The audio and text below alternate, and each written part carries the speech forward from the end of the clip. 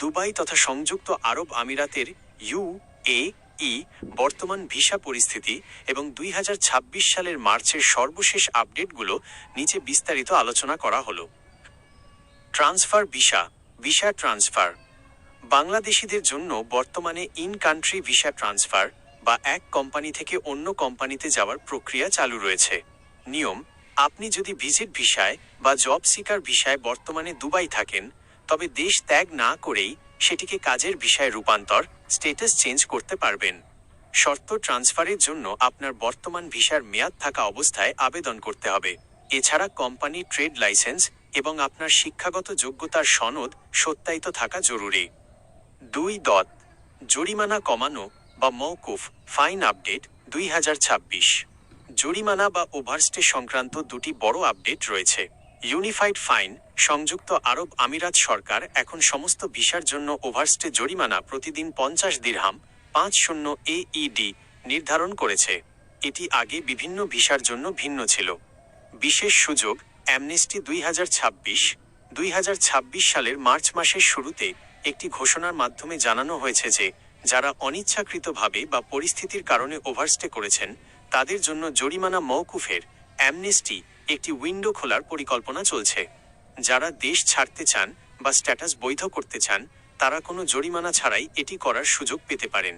1 মাসের free extension: মধ্যপ্রাচ্যের বর্তমান পরিস্থিতির কারণে যাদের ভিসার মেয়াদ ফেব্রুয়ারি বা মার্চে শেষ হয়েছে তাদের ভিসার মেয়াদ স্বয়ংক্রিয়ভাবে 1 মাস বাড়িয়ে দেওয়া হয়েছে, কোনো বাড়তি ফি ছাড়াই। 3. ফ্যামিলি ভিসা পরিবারের সদস্যদের, স্ত্রী ও সন্তান দুবাই নেওয়ার ক্ষেত্রে নিয়ম এখন বেশ নমনীয়। বেতন সীমা: আপনার পেশা বা পদবি যাই হোক না কেন, যদি আপনার মাসিক বেতন অন্তত 4000 দিরহাম অথবা 3000 দিরহাম প্লাস আবাসন হয় তবে আপনি আপনার পরিবারকে স্পন্সর করতে পারবেন। বয়স সীমা: ছেলেদের ক্ষেত্রে এখন 25 বছর বয়স পর্যন্ত স্পন্সর করা যায়, আগে এটি 18 বছর ছিল। অবিবাহিত মেয়েদের ক্ষেত্রে কোনো বয়স সীমা নেই। 4. বাংলাদেশিদের জন্য ভিসার বর্তমান অবস্থা। ভিসা চালু 2023-24 কড়াকড়ির পর 2025 মাঝামাঝি থেকে ভিসা প্রক্রিয়া পুনরায় নিয়মিত হয়েছে।